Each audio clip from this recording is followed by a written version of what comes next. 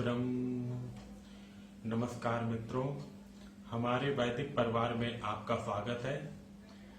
श्री वेद भाष्यकार श्री स्वामी शरण जी के मुख से वेद मंत्रों की सरल और प्रमाणिक व्याख्या सुनने के लिए हमारे YouTube चैनल को अधिक से अधिक लोगों तक पहुंचाएं, सब्सक्राइब करें, जिससे वेदों का प्रकाश घर घर तक पहुंच सके।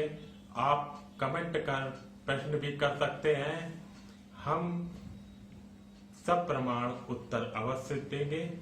घर घर वेद मंदिर स्थापना अभियान में जुड़कर हमें सहयोग प्रदान करें। हमारा वेद भाष्य, वेदायन और अन्य वैदिक साहित्य घर बैठे प्राप्त करने के लिए आदेश करें।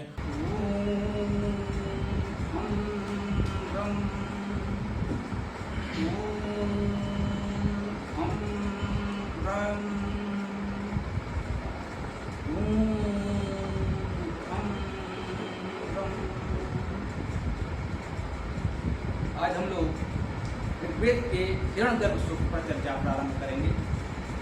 हिरण्यगर्भ सूक्त ऋग्वेद के 10वें मंडल में अनुवाद 83 का सूक्त 121 है।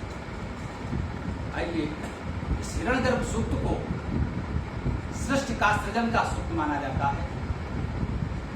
वेद में अनेक सूक्तों को ये मान्यता है कि सृष्टि का सृजन कैसे हुआ, निर्माण कैसे हुआ, इस सृष्टि के सृजन और विकास का क्रम क्या रहा, ये सृष्टि कैसे बनी है, उसकी चर्चा कुछ सूक्तों में की गई है। उन्हें हम लोग सृष्टि सूक्त कहते हैं। हिरण्यगर्भ सूक्त भी सृष्टि सूक्तों में एक माना जाता है, अतः ये प्रमुख वेद सूक्त भी माना जाता है। हम लोग आज इसके प्रथम मंत्र पर चर्चा करेंगे।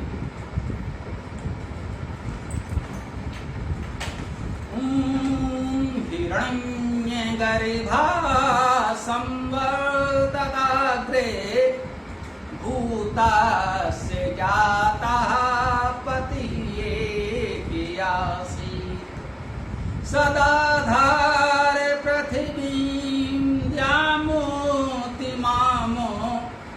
कस्मादिदेवाय हविषामिदेव कस्मादिदेवाय हविषामिदेव। हिरण्यगर्भ सूक्त में 10 मंत्र हैं और सभी मंत्रों के अंत में यह स्थायी, या जिसे लोग भाषा में भंटेक कहते हैं, गीतों में, भजनों में, तो कस्मै देवाय हविषा विधेम, ये 9 मंत्रों के अंत में आएगा, 10वें मंत्र के अंत में नहीं आएगा। ये वेद की शैली है कि ऐसे गीतात्मक सूक्तों में जो अंतिम मंत्र होता है, सामान्यता उसमें स्थायी टेक नहीं आता और मंत्र पूरा होता है। स्वभावता ये मानकर चलते हैं कि जब भी कोई गीत भजन आज भी हम गाते हैं तो उसके समापन पर जो उसका स्थायी होता है उसे दोहराते हैं, एक से अधिक बार दोहराते हैं। तो वो स्वाभाविक रूप से मान लिया गया कि सूक्त का जब गायन होगा तो समापन पर वो स्थायी दोहराया ही जाएगा, अतः उसमें उसे सम्मिलित नहीं किया गया, स्वतः मान लिया गया।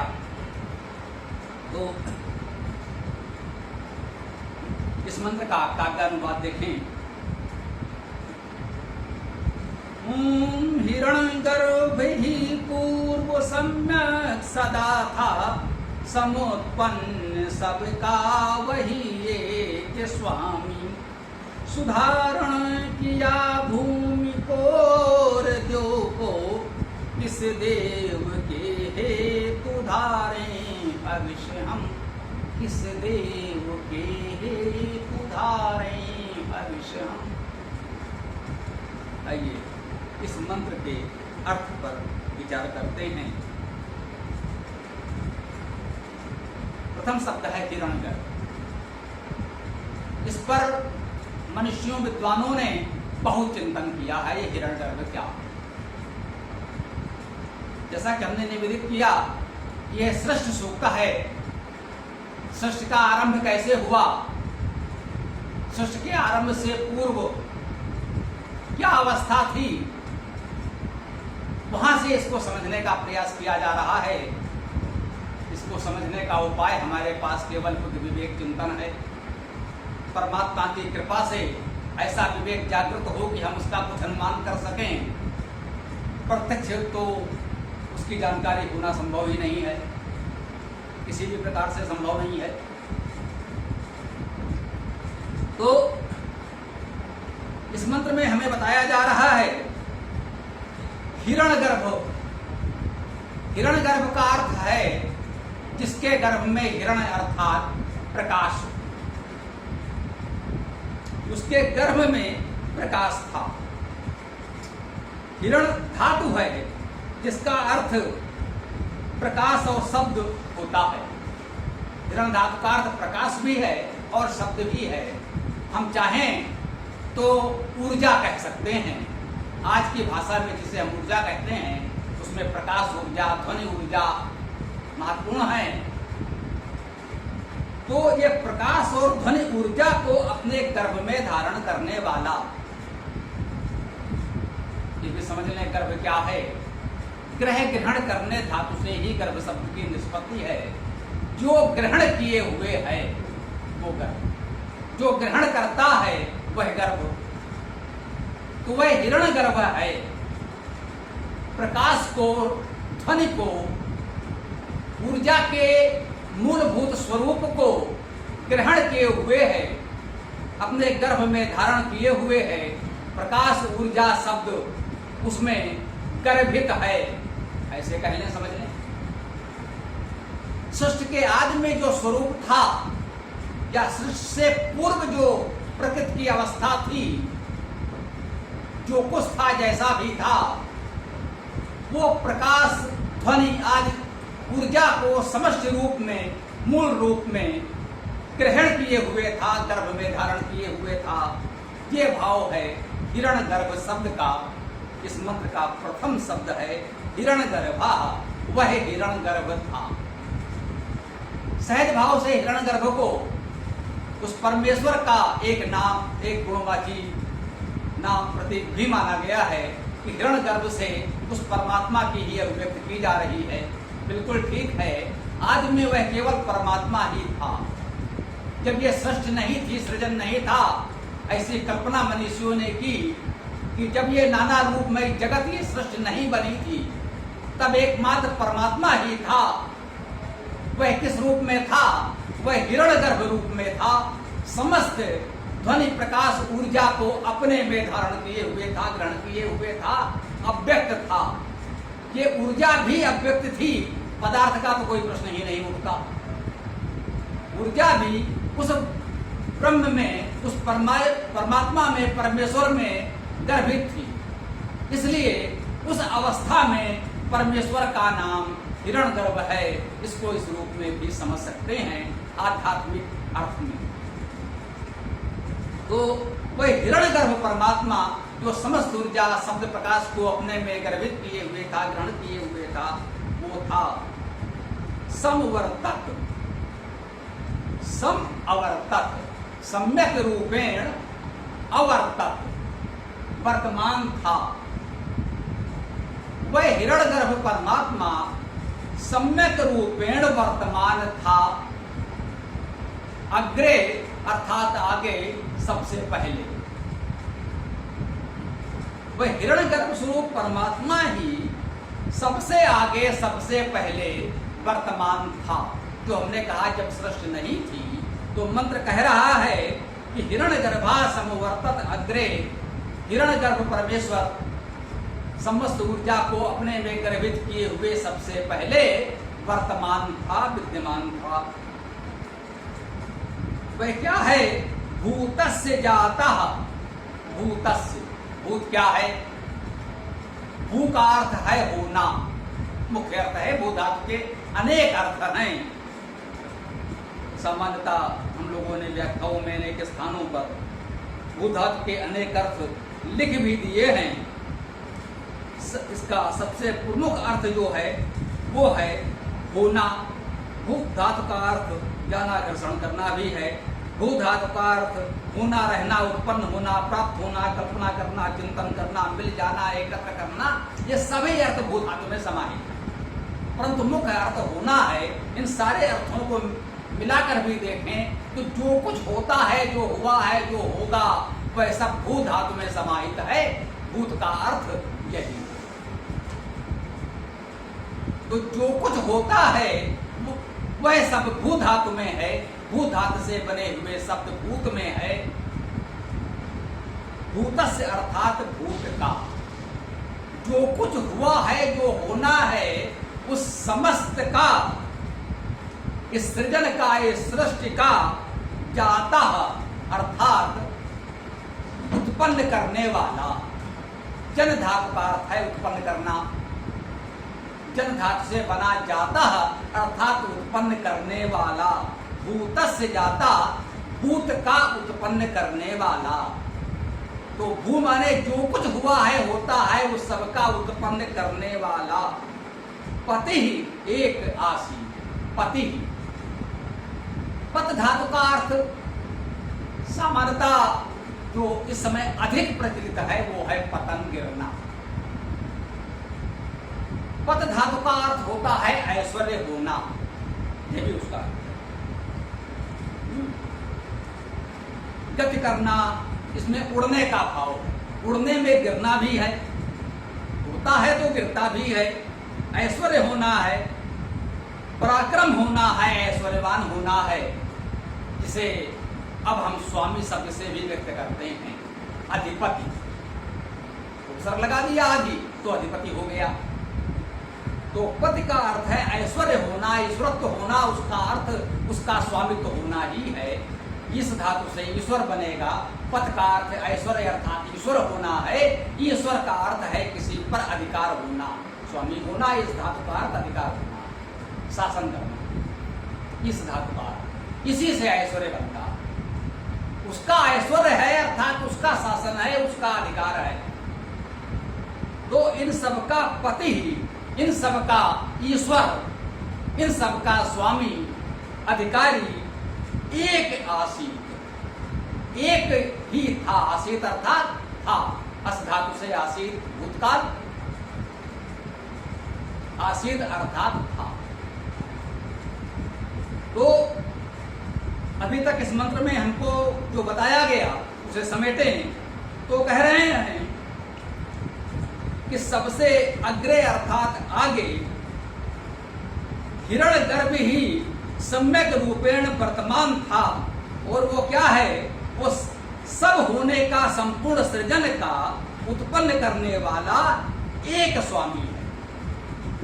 अर्थात वो एक ही है, दूसरा नहीं है। स एको द्वितीयो नास्ति। यही अद्वैत है। वो एक है, दूसरा नहीं हो सकता। इसी को कहते हैं सभी धर्मों में, मान्यताओं में मूल मान्यता है कि वो एक है। लोग कहते हैं वो परमेश्वर है, सर्वशक्तिमान है, सब कुछ कर सकता है। हाँ, कर सकता है, परंतु ये सीमा उसके साथ भी जुड़ी है। वह एकमात्र है, अपने जैसा दूसरा परमेश्वर नहीं बना सकता। ये उसकी सामर्थ्य में भी नहीं है कि वो अपने जैसा दूसरा ईश्वर बना दे, वो नहीं कर सकता। वो हमारे आप जैसे करोड़ों अरबों खरबों जीव बना सकता है, लेकिन वो अपने जैसा दूसरा ईश्वर नहीं बना सकता। ये उसकी सामर्थ्य में भी नहीं है, क्योंकि वो एकमात्र है, एकमात्र ही रहेगा। तो क्या कहा? भूतस्य जाता पति एक आसीत, सबका उत्पन्न करने वाला वह एकमात्र ईश्वर था। सदाधार पृथ्वी, स अर्थात वह, दाधार धारण करता है, देता है। दा, धा, दध धातुओं में धारण करना और देने का भाव मुख्य है। व्याकरण में कुछ अन्य अर्थ भी ग्रहण किए जाते हैं। मुख्य अर्थ धारण करना और देना तो सभी विद्वान मानते आए हैं, वेद का भाष्य करने में विशेष रूप से। तो सदाधार, उसने धारण किया या वह धारण करता है। हमने निवेदन किया है कि वेद में भूतकाल और वर्तमान काल का भेद इसलिए भी नहीं होता क्योंकि उसमें शाश्वत सत्य का ही वर्णन है। वह धारण करता था, वह धारण करता है, वह धारण करेगा। इसमें कभी कोई परिवर्तन नहीं आएगा। तो सद आधार वह धारण करता है या उसने धारण किया, वह धारण करता था। इसको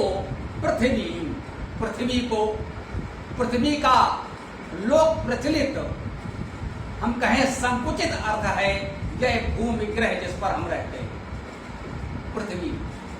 धातुगत अर्थ लेंगे तो प्रथ धातु का अर्थ है विस्तार। महत्वपूर्ण है यहाँ पर, क्योंकि हम सृष्टि क्रम की चर्चा कर रहे हैं। वह सबसे पहले वह हिरण्यगर्भ था। प्रकाश ध्वनि ऊर्जा को अपने अंदर गर्भित किए हुए एकमात्र ईश्वर वर्तमान था। और वह और क्या क्या धारण करता था? पृथ्वी विस्तार को। वह एकमात्र था। एको हम बहुश्याम, जब उसको लगा कि मैं बहुत रूपों में व्यक्त हो जाऊं, तो विस्तार करने का जो भाव आया, तो कहा जा रहा है कि वह उस विस्तार को अपने में ही तो धारण किए हुए था, कभी तो विस्तार कर सकेगा। पहले से होगा तभी तो उत्पन्न होगा, आगे बढ़ेगा। शून्य से सृजन नहीं होता, अभाव से भाव नहीं होता। वो पहले से ही उसमें सूक्ष्म रूप में अवस्थित था। तो वो पृथ्वी अर्थात विस्तार, सृष्टि का विस्तार होना यहां से प्रारंभ होता है। वहां से केवल इस छोटे से एक लघु ग्रह पृथ्वी की बात नहीं है। यहां से उस सूक्ष्म हिरण्यगर्भ स्वरूप से विस्तार होना प्रारंभ होता है। तो पृथ्वी को द्याम द्यू धातु का अर्थ है अग्रसर होना, आगे जाना, अभिगमन करना। तो जो सब कुछ उसमें समाहित था, गर्भित था, उसका विस्तार हो रहा है। द्याम आगे बढ़ रहा है, अग्रसर हो रहा है। सृजन सृष्टि की प्रक्रिया अग्रसर हो रही है। सामान्यतः विद्वान इसमें द्युत धातु का रूप भी मानते हैं। यह स्वाभाविक प्रकृति है। संस्कृत में भी, लोक में भी कहीं दिखता है, वेद में बहुत मिलता है। जो अस्वर हैं, अर्थात जिन वर्णों में स्वर नहीं होता, जो हलंत वर्ण कहे जाते हैं, बोलचाल की लोक भाषा में हम लोग उसे आधा अक्षर भी कभी कभी कह देते हैं। तो ये तुत धातु में जो ता हलंत है उसका लोप हो गया है। रम धातु में माँ नहीं रहता जब हम रत कहते हैं। गम धातु से गत बनता है तो उसका हलंत माँ भी लुप्त हो जाता है। तो इस प्रकार से ये हलंत वर्णों का लोप होता है। वेद में तो आत्मा का आ भी लुप्त हो जाता है, केवल तमा लिख देते हैं तो भी चल जाता है। वेद में तो इतनी प्रवृत्ति भी है। तो इसलिए विद्वानों ने यह माना है कि द्युत प्रकाशने धातु से भी ये द्यो या द्याम बनता है। प्रकाशमान नक्षत्रों को द्याम कहा गया है, द्युलोक कहा गया है। तो यहां से सृष्टि की प्रक्रिया अग्रसर हो रही है। प्रकाश तो उसके गर्भ में था ही, वह हिरण्यगर्भ था। अब वो प्रकाश अग्रसर होकर, विस्तृत होकर, पृथ्वी के रूप में वो विस्तृत होकर प्रकाशमान नक्षत्रों के रूप में जन्म ले रहा है। वह प्रकाश अब कुछ साकार हो रहा है, उस अव्यक्त निराकार से साकार हो रहा है। तो करोड़ों सूर्यों का, प्रकाशमान नक्षत्रों का जन्म उदय हो रहा है। तो द्याम का आशय सहज भाव से यही लिया जाता है। जो अंतरिक्ष में हमको प्रकाशमान नक्षत्र दिखते हैं उनको द्यू कहा गया है, द्युलोक भी कहा गया है। यहाँ सृष्टि की प्रक्रिया में यूं माने कि अब वो प्रकाश थोड़ा साकार होकर सूर्यों के रूप में जन्म ले रहा है। द्याम उत इमाम, उत का अर्थ तथा और के अर्थ में आता है कि उसने इस पृथ्वी को, द्युलोक प्रकाशमान नक्षत्रों को इसी प्रकार धारण किया, दिया। हम श्रद्धा भाव से कहते हैं उस परमेश्वर ने हमारे लिए ये पृथ्वी, ये सूर्य दिए। सृष्टि की प्रक्रिया में जो हम तार्किक दृष्टि से देखते हैं तो हम कहते हैं उसने इन सबका विस्तार किया, अग्रसर किया, सृजन किया, व्यक्त किया, धारण किया। इस मंत्र में, समापन में, अंतिम चरण में यही कहा जा रहा है। वेद की शैली है, बड़ी से बड़ी बात, दर्शन की बात, जिसे आजकल हम लोग पदार्थ विद्या, विज्ञान कहते हैं, तकनीक कहते हैं, कुछ भी कह लीजिए। समस्त विद्याएं वेद में हैं, लेकिन वो इस रूप में हैं, सूक्ष्म रूप में हैं और उस एक परमेश्वर की स्तुति करते हैं। अभी हमको बताया गया कि वो हिरण्यगर्भ रूप में, सूक्ष्म रूप में कैसे अवस्थित था, क्रमशः कैसे कैसे सृष्टि का सृजन विकास हो रहा है, और अंत में क्या कहते हैं, मुख्य जो वेद की शैली है, हम केवल परमेश्वर की स्तुति करते हैं, उसके गुण सामर्थ्य का वर्णन करते हैं। तो कह रहे हैं कस्मै देवाय हविषा विधेम, जिस परमेश्वर में वो सामर्थ्य है जिसने हिरण्यगर्भ से प्रारंभ कर इस तरह से संपूर्ण सृष्टि का सृजन विकास किया, ये सब कुछ हमारे लिए प्रदान किया, उसके अलावा, उसके अतिरिक्त कस्मै देवाय हविषा विधेम, और किस देव के लिए हम हविष धारण करें, दान करें। यहां भी दोनों वर्ग लें। हविष क्या है? कस्मै अर्थात किसके लिए, देवाय अर्थात देव के लिए। देव का अर्थ है दिव, प्रकाशने धातु है। दिव धातु के भी अनेक अर्थ हैं, इसलिए देव शब्द के भी विद्वानों ने अनेक अर्थ लिए हैं, परंतु उसका मुख्य अर्थ प्रकाश होने से ही है। प्रकाश हो, चाहे भौतिक प्रकाश हो, अध्यात्म का प्रकाश हो, विवेक का प्रकाश हो, विद्या का प्रकाश हो, सद्गुणों का प्रकाश हो। देव वही है, दिव्यते इत देवा, जिसमें कोई न कोई एक विशिष्ट प्रकाश हो, जन सामान्य से कुछ विशिष्ट प्रकाश हो, उसे हम देव कहते हैं। और वो तो एकमात्र देव है, उसके अंदर तो हर प्रकार का संपूर्ण प्रकाश समाहित है। उसी का तो कुछ सूक्ष्म अंश हम लोगों को प्राप्त होता है। तो हम में से भी देव होते हैं, मनुष्यों में देव होते हैं, प्रकृति में देव होते हैं, वह तो महादेव है ही। तो कह रहे हैं कस्मै देव है, और किस देव के लिए? देव तो बहुत हैं, हम में आप में भी हैं, होने चाहिए। समाज में बहुत से देव होते हैं, प्रकृति में भी होते हैं, प्रकाशमान सूर्य भी है, प्रकाशमान हमारे गुरुजन अग्रजन भी हैं। परंतु उपासना किसकी करें, हविष किसके लिए धारण करें? तो कहते हैं वो एकमात्र परमेश्वर के लिए ही करें, और किसी के लिए, और किसके लिए करें, अर्थात किसी के लिए नहीं करें। हविष क्या है? भूदाने आदाने, भूदाने दाना दानयोचा, इस तरह से व्याकरण में कहा गया है। भू धातु का अर्थ है देना, मुख्य अर्थ देना है, ठीक है, देना तो है, परंतु दाना दानयोचा, और आदान प्रदान करना भी। जब केवल हम देते रहेंगे, बहुत अच्छा माना जाता, अरे भाई वो तो इतने महान दानी है, सदैव देते ही रहते हैं, कभी कुछ लेते नहीं। नहीं भाई, वेद कहता है ऐसे दानी मत बनो। भू का अर्थ है दाने, दाना दानी हो। जब हम हवन करते हैं तो हवन का अर्थ यही होता है हम देंगे तो, अगर हम देंगे नहीं तो हवन होगा नहीं, बिना दिए तो हवन नहीं हो सकता। हम सबको कुछ सहयोग देना होगा, तभी तो कोई अच्छा कार्य हो सकेगा। तो देना तो है, परंतु दाना दाने हो, जा आदान प्रदान करना है। सब लोग दें और आवश्यकता अनुसार ले भी लें, संकोच न करें। केवल ये अहंकार न पालें कि हम तो इतने बड़े हैं, हम तो केवल देते रहते हैं, हम तो कभी से कुछ ले ही नहीं सकते, ले लेंगे तो जैसे हमारा सर झुक जाएगा, हमारा अहंकार बाधित हो जाएगा। नहीं,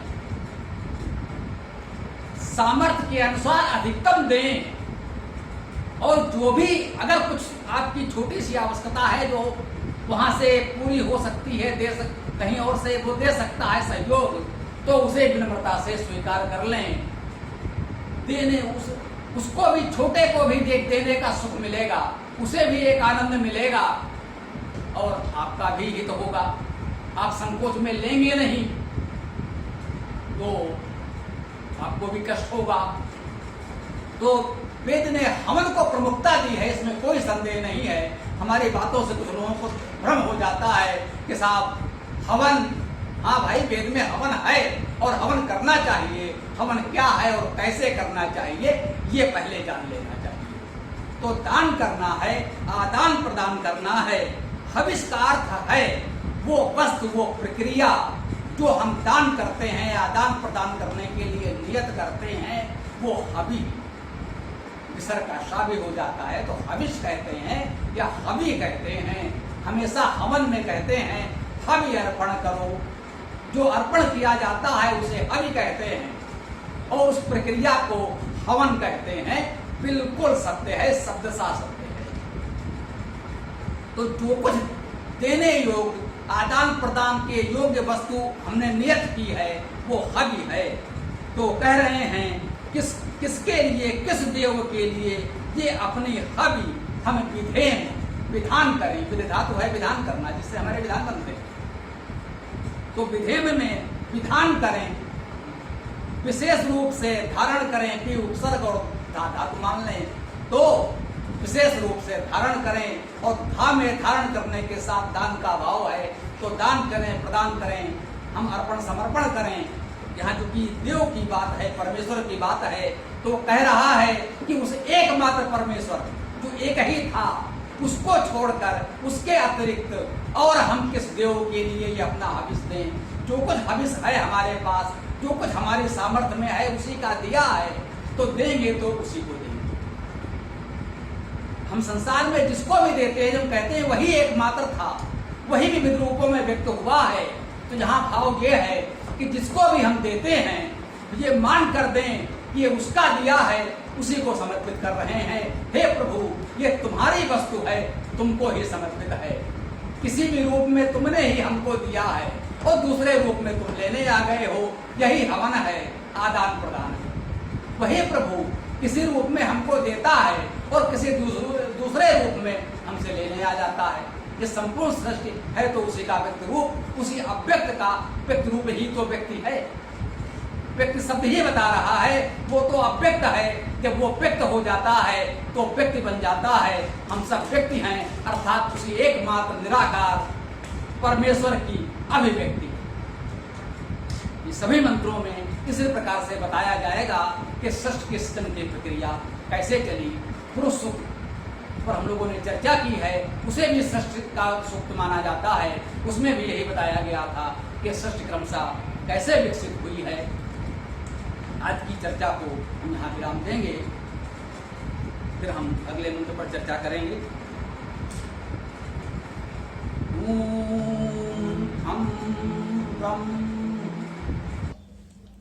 पूरा वीडियो देखने के लिए बहुत बहुत धन्यवाद। कमेंट में अपने विचार अवश्य दें। आपको कोई भी प्रश्न पूछना हो तो कमेंट बॉक्स पर कमेंट कर सकते हैं। डिस्क्रिप्शन में वेबसाइट का लिंक दे दिया गया है, उसमें अधिक जानकारी प्राप्त कर सकते हैं। धन्यवाद। ओम खम ब्रह्म।